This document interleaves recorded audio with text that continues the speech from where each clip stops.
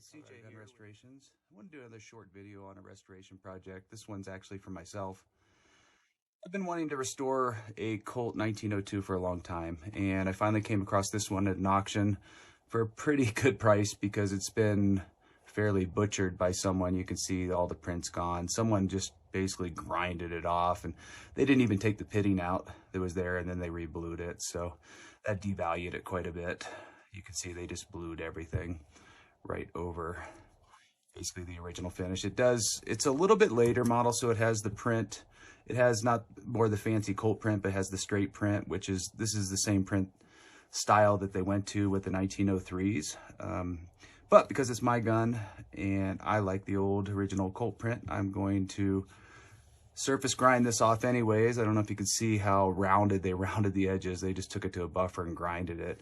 There should be a nice crisp edge here. So I'm going to put it on the surface grinder, take everything out, make it flat again. We're going to make it look like a mirror, and then I'm going to engrave it with the older style, this is 40,000 series, and somewhere in the 30s they changed from the old what I consider the prettier print to the newer print. So we're going to just put the old print on it because I can do that. And they buffed the rampart horse right out of it. So anyways, I just wanted to show it to you before I get started on it. I'm going to disassemble it, and like I said, I'm going to grind this flat, and they had a really pretty finish on this. This was obviously charcoal blued because this is really early on, I think before Colt got into the machine bluing, but I've spent the last year developing my own machine bluing method. I use a rotating furnace, very similar. I built one similar to the way Colt did their later models, like the Woodsman.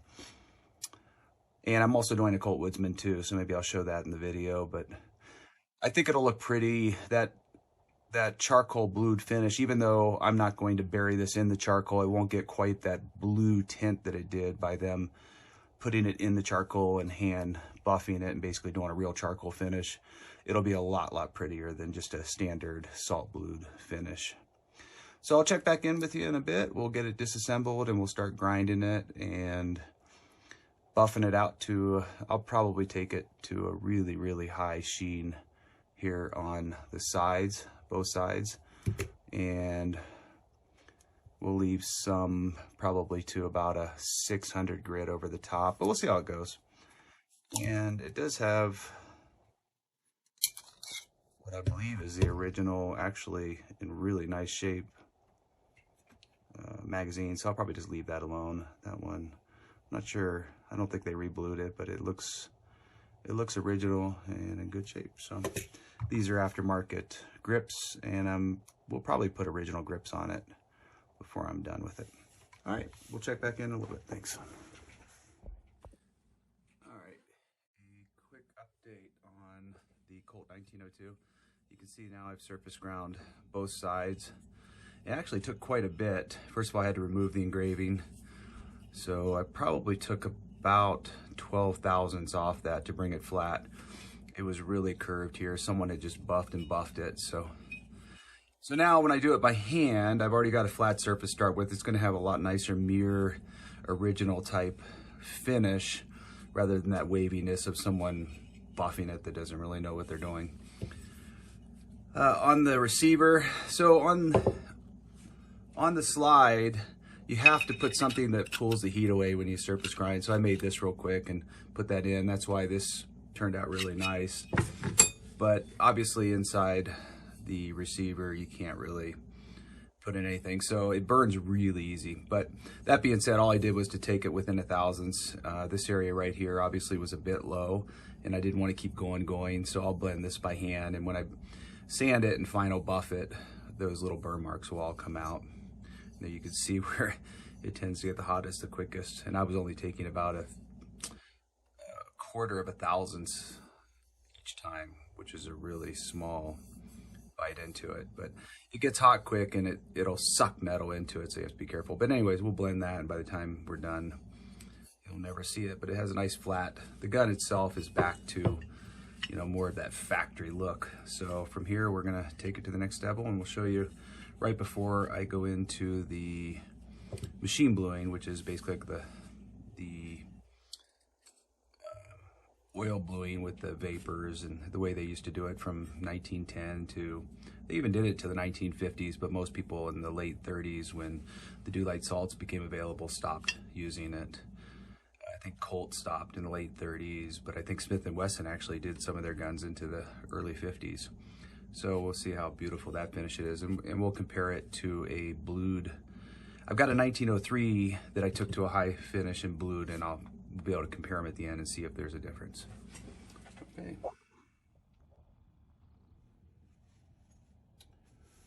Okay, we're checking back in with our guns, and I'm going to talk about the Colt Huntsman. I think I said Woodsman, but it was a Huntsman I was doing. And then I'll tell you a little bit of the issues I have with the 1902. And I'm going to extend the video here in a few months when I'm able to finish the 1902. I just wanted to get this up so that people could see what can be done with machine bluing. So this Colt Huntsman was so pitted, we had to take off everything. I had to re-engrave the Huntsman, the horse, Colt, all the lettering. As you can start to see, I'm going to try to find the angle where you can see the blue tint right about there. But this gun has a really nice deep blue to it. And to help you see the difference, I told you I would show you that Colt 1903. Right there, you can see the difference. So you're seeing a lot more blue in this Huntsman, which is the, you know, a salt process. You just couldn't get that blue. It's not possible. But at least I've never seen it in the years I've been doing it. So the top one is Dew-Lite salt blued, and then the Huntsman is machine blued with the charcoal and petroleum products and temperature and time and rotation. The barrel was also, it's a little bit hard to see. Let's see if we can find the color. But it also has a blue tint, a nice blue tint. It's just that it's a different blue. So if you see this opposed to this, even though they were in the same chamber at the same time and taken to about the same sheen, they get a different blue. So I can understand the frustration that manufacturers had back in the day, that different metals turn different colors in the same heat process. So matching colors was probably a bit difficult. The matte color, or the matte, well, bluing color came out the same as the original Colt Huntsman. This one had, it was pitted really bad, but it had a good finish on the receiver, so I could see it to match. I was experimenting up here with the slide and matching the colors. Now, originally, the Huntsman was, when you look at it, it's a dark black. In fact, if you salt blue it with a high sheen, you know, a nice sheen like that, then it would look fairly original. I like the blue color. That's why I kept this one blue. I can make it appear more black, or definitely be more black by using different temperatures and different mixtures. So it'll come out silver. The color actually changes quite a bit when you add the oil after the fact, when it's at a certain temperature. So you bring it out, it's at a high temperature, the metal. You let it cool to a particular temperature, I found, and put the oil on at that time, and the color actually changes quite a bit. So if you get more black on the side, you get more black here also. But you'll get, if I get more blue on the side, which is what I like, and sorry, I'm making a mess of this, it looks really pretty and unique. You get a little bit more of a gray tint on the side than was originally. So it can be done to original, or it can be done to have that really nice deep blue look, which is unusual. This process also, through the year that I spent doing it, it is considerably more difficult to buff off. If I was to put this gun on a buffer, the salt blue is going to come off really quick and really easy. It's definitely on a lot harder in this process. So that's probably why you see guns lasted for, there's still a lot of guns out there that are over 100 years old that still have a lot of bluing. It's a for whatever reason, the way the carbon interacts or pulls to the surface, it's a lot tougher on these guns. So this is a service I'm now offering on the newer guns. So I can either salt blue or machine blue. It obviously has to fit into a container right now about this big, but I'm working on building a full-size rotating furnace that will do long barrels. Can do old guns and stuff. It'll be a little over 30 inches long when I get done, but that'll probably be 6 months to a year. Here's the slide. You see the really unusual colors. You see kind of green, look at that, green and red or purple and everything. So I had some issues with this gun. I'm gonna have to work them out. The slide is a bit hardened. When it's hardened, you don't get blue. You get colors before blue. So these are basically green, and you see a little bit of yellow or the gold tint. Those are colors that you get when you heat metal on the way to blue. So the harden doesn't change color at the same rate as it would, say, on this gun. So I got to figure out why it's hardened and adjust it. It's older steel. It might be the process of manufacturing process. It could be something I did wrong. So there'll be some more experimentation. In a couple months, the problem was that the furnace that I built, the parts holder doesn't hold parts this long. It was designed to hold parts about this long. So when I took the barrel off and everything worked fine. This was really crammed in at an angle, and I just couldn't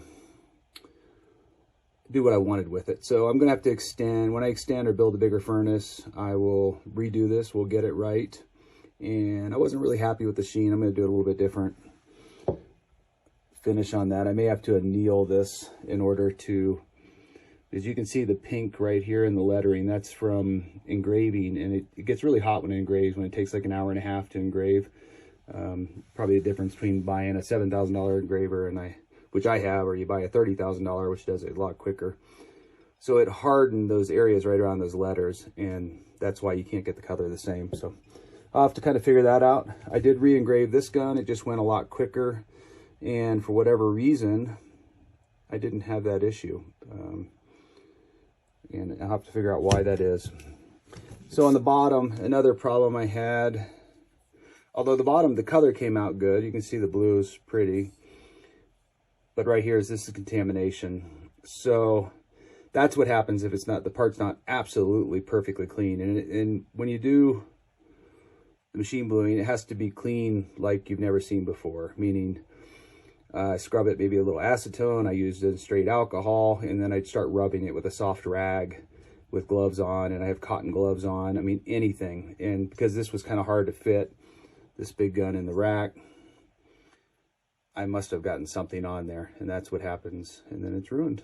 So check back in a few months, and I think I'll be able to finish this video out, and I'll have that 1902 looking really good. I'm excited to get it done, but we didn't get there the first try. And I'm going to concentrate on going forward right now. I have a lot of customer guns, so I'll be offering this new machine bluing on certain guns in certain situations until I get a little bit more experience with the different guns. I've done several now, and they're really coming out pretty. Like I said, if everything's clean, you really get, I mean, just a beautiful, amazing, it even feels different than this. I can't explain it, but it's almost smoother and silkier. It's an unusual, strange sensation to have. But if you have any questions, visit my website, coloradogunrestorations.com, and feel free to reach out to me with any questions, and hopefully I can help you out. Thanks. Bye.